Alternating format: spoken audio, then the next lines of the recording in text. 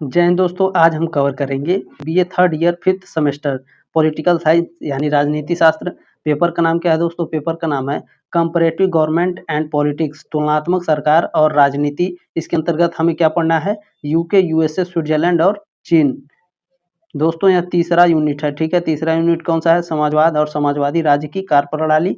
यह चौथा क्लास है, ठीक है। बाकी 3 क्लास के वीडियो का लिंक आपको डिस्क्रिप्शन में मिल जाएगा। दोस्तों मैंने सेकंड पेपर में भी आपका एक क्लास करा दिया है 302 का, जिसका पेपर कोड है 302, ठीक है। इसका भी लिंक दिया गया डिस्क्रिप्शन में, आप लोग जा करके देख सकते हैं। दोस्तों अगर आपको सब्जेक्टिव टाइप क्वेश्चन चाहिए, ठीक है, सब्जेक्टिव टाइप क्वेश्चन चाहिए तो मैं आपको फ्री में यूपीएस प्रोवाइड कराता हूँ। यूट्यूब पर पूरा एक ऐसा चैनल है जो जीके जीएस वाला, जो आपको फ्री में दोस्तों यूपीएस प्रोवाइड कराता है, ठीक है। बस आपको क्या करना है, कमेंट बॉक्स में कमेंट करना है या फिर टेलीग्राम ग्रुप का लिंक दिया है, उसमें जाकर के आप ज्वाइन करके कमेंट कर सकते हैं कि आपको किस सब्जेक्ट का यूपीएस चाहिए, मैं आपको फ्री में प्रोवाइड कराऊंगा, ठीक है। पेपर कोड क्या है दोस्तों? पेपर कोड है POL 301 यानी POL 301। सभी 45 मोस्ट इंपोर्टेंट प्रश्न इसमें दिए गए हैं दोस्तों, ध्यान से देखिएगा, लास्ट तक देखिएगा, ठीक है। चलिए स्टार्ट करते हैं आज की क्लास। पहला प्रश्न कह रहा है दोस्तों, मार्क्सवाद के अनुसार, तो मार्क्सवाद के अनुसार राज्य पृथ्वी पर ईश्वर का अवतरण है, या राज्य एक आवश्यक बुराई है, या राज्य एक अनावश्यक बुराई है, या फिर राज्य शोषण का एक यंत्र है। तो याद रखिएगा दोस्तों, मार्क्सवाद के अनुसार राज्य शोषण का एक यंत्र है। ऑप्शन नंबर डी है। प्रश्न नंबर 2 है दोस्तों, सभी मोस्ट इंपॉर्टेंट हैं। मॉडर्न डेमोक्रेसीज पुस्तक के लेखक कौन है? ठीक है, मॉडर्न डेमोक्रेसीज पुस्तक के लेखक कौन है? तो जेम्स ब्राइस मॉडर्न डेमोक्रेसीज पुस्तक के लेखक हैं। याद रखिएगा दोस्तों, पुस्तक से 2 से 3 प्रश्न जरूर पूछे जाते हैं, ठीक है, ये मैं हर क्लास में आपको बताता हूँ। प्रश्न नंबर 3 है दोस्तों, राज्य विहीन समाज की अवधारणा का संबंध है? तो समाजवाद से, ठीक है। राज्य विहीन समाज की अवधारणा किससे संबंधित है? समाजवाद से। आगे बढ़ते हैं दोस्तों, प्रश्न नंबर 4 है, निम्नलिखित में से कौन दास कैपिटल पुस्तक के लेखक हैं? तो कार्ल मार्क्स दोस्तों दास कैपिटल पुस्तक के लेखक हैं। प्रश्न नंबर 5 है, कार्ल मार्क्स का अंतिम लक्ष्य क्या है?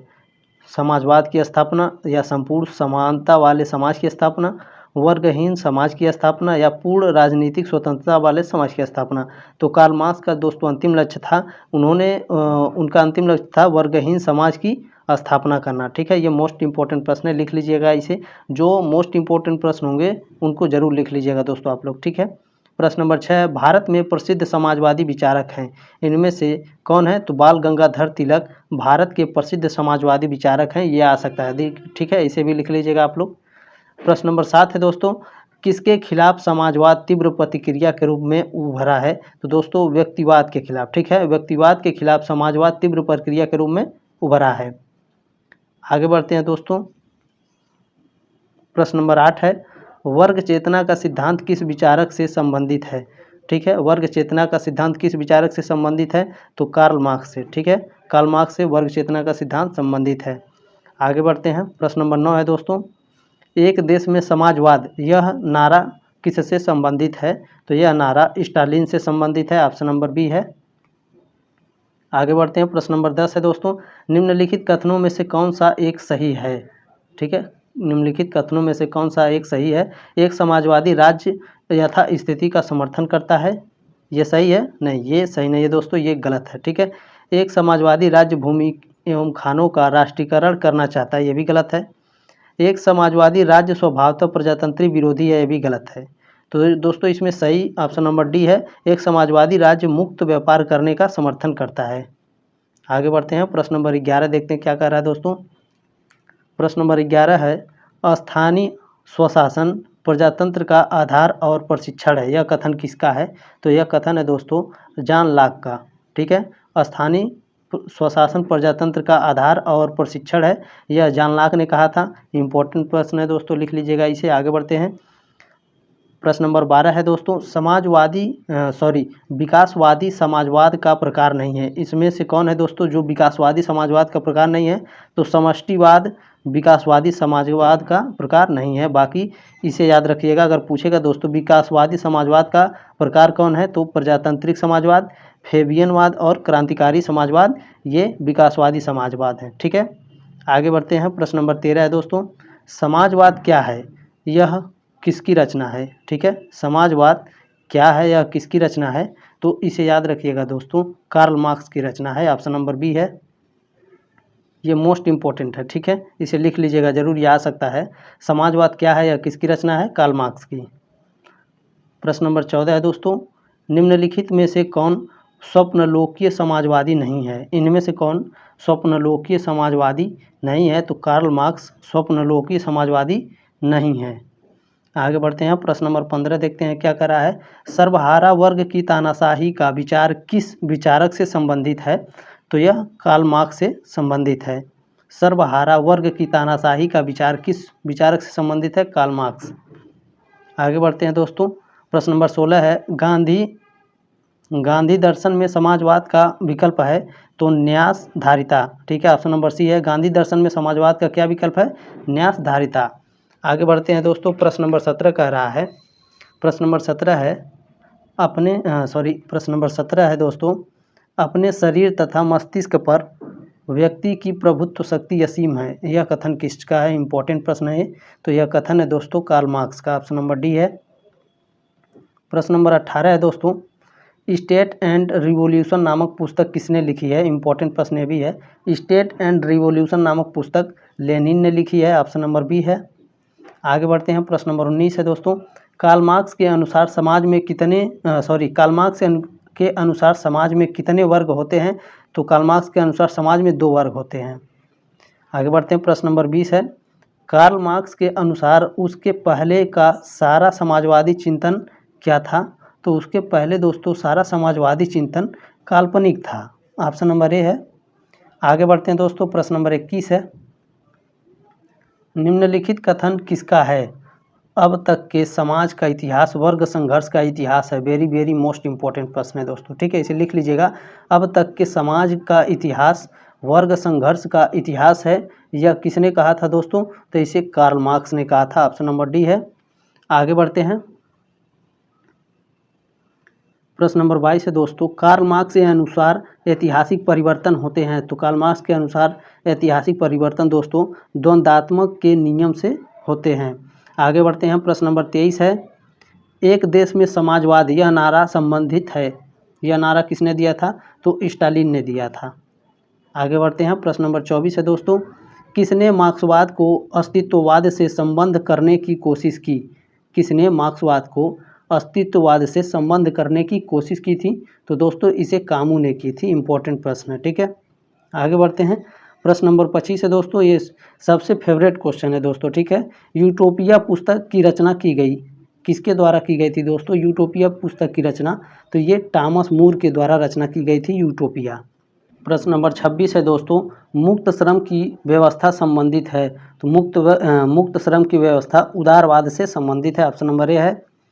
प्रश्न नंबर 27 है दोस्तों, कार्ल मार्क्स के समाजवाद को क्या कहा जाता है? कार्ल मार्क्स के समाजवाद को क्या कहा जाता है दोस्तों? तो उनके समाजवाद को वैज्ञानिक समाजवाद कहा जाता है, ऑप्शन नंबर सी है।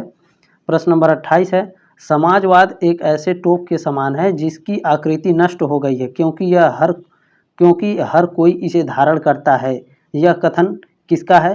तो यह कथन है दोस्तों CEM जोड़ का, ठीक है। आगे बढ़ते हैं, प्रश्न नंबर 29 है दोस्तों, समाजवाद शब्द का सबसे पहले प्रयोग किया गया था, ये वेरी वेरी मोस्ट इंपॉर्टेंट प्रश्न है दोस्तों, यह कई बार आ चुका है। DDU 2017, 2018 और 2020 में पूछा था, और दोस्तों सिद्धार्थ यूनिवर्सिटी में 2019, 20 और 21 3 साल लगातार पूछा है, और 3 साल इसमें लगातार पूछा है। तो इस साल भी पूछ सकता है कि समाजवाद शब्द का सबसे पहले प्रयोग किया गया था, तो इसका सबसे पहले प्रयोग किए थे दोस्तों रॉबर्ट ओवेन द्वारा, ठीक है। प्रश्न नंबर 30 है, सामाजिक न्याय से सरोकार नहीं है, इनमें से कौन है दोस्तों जो सामाजिक न्याय से सरोकार नहीं है? तो स्त्री पुरुष समानता सामाजिक न्याय से सरोकार नहीं है। प्रश्न नंबर 31 है, प्रारंभिक समाजवादियों में से किसने न्यू हार्मोनी नामक बस्ती बसाने का निश्चय किया था? वेरी वेरी मोस्ट इंपॉर्टेंट है दोस्तों, तो रॉबर्ट ओवेन ने दोस्तों न्यू हार्मोनी नामक बस्ती बसाने का निश्चय किया था। प्रश्न नंबर 32 है, समाजवाद एक आंदोलन भी है विचार भी है, किसका कथन है? इंपॉर्टेंट प्रश्न ये भी है, तो यह कथन है दोस्तों GDH कोल का।